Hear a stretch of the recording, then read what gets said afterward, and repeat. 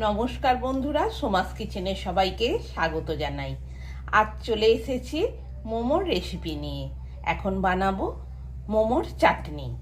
মোমোর চাটনি বানানোর জন্য 3 পিস টমেটো, 3 পিস গোটা শুকনো লঙ্কা আর 6 পিস রসুন নিয়েছি। এবার ওভেন অন করে দিলাম, কড়াই বসিয়ে দিলাম, 3 পিস টমেটো দিয়ে দিলাম, 6 পিস রসুন দিয়ে দিলাম, 3 পিস শুকনো লঙ্কা দিয়ে দিচ্ছি। লঙ্কার পরিমাণটা কম বেশি দিতেই পারেন, আপনারা যেরকম ঝাল খাবেন সেরকম বুঝে দেবেন। আমরা ঝাল কম খাই, তাই 3 পিস দিয়েছি।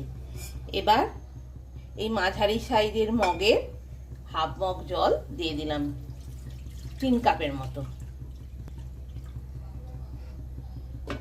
কড়াইয়ে ঢাকনা দিয়ে দিলাম আর মিনিট 5 মতো রান্না হতে দেব। ওভেনের স্টিম ফুল ভলিউমে রয়েছে। মিনিট 3 হয়েছে, কড়াইয়ে ঢাকনা খুলছি। এবার টমেটোগুলো একটু উল্টে দিচ্ছি।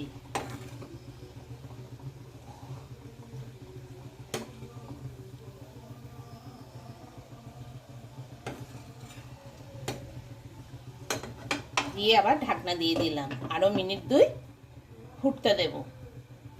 মিনিট 2 হয়েছে, কড়াইয়ে ঢাকনা খুললাম।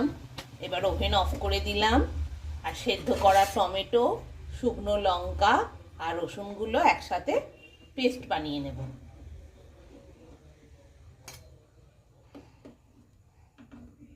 এবার সব উপকরণ একসাথে নিয়ে মিক্সিতে পেস্ট বানিয়ে নেব। 1 চামচের মতো সয়াবিন অয়েল দিয়ে দিলাম। তেলটা একটু ভালো করে গরম হতে দিলাম। 1 চামচ এভারেস্ট কোম্পানির নাগরাজ হিং দিচ্ছি। 1 চামচের মতো হিং দিলাম। পেস্ট করা টমেটো সসটা দিয়ে দিচ্ছি।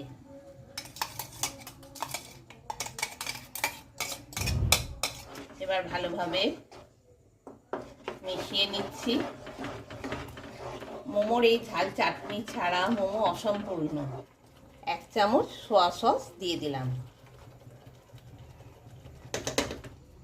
2 চামচ ভিনিগার দিয়ে দিলাম,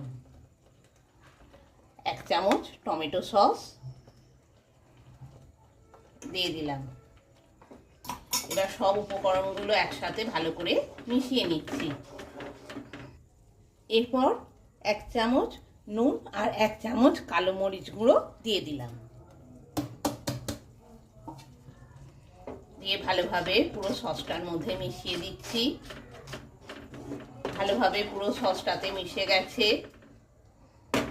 আর 1 কাপের মতো জল দিয়ে দিলাম। দিয়ে ভালো করে ফুটিয়ে নেব। তাহলেই তৈরি হয়ে গেল মোমোর সস।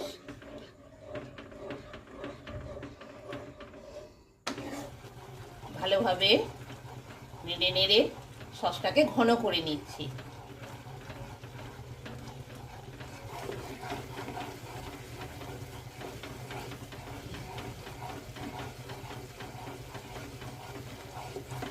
চাটনিটা বেশ শুকনো হয়ে এসেছে। এবার ওভেন অফ করে দিলাম।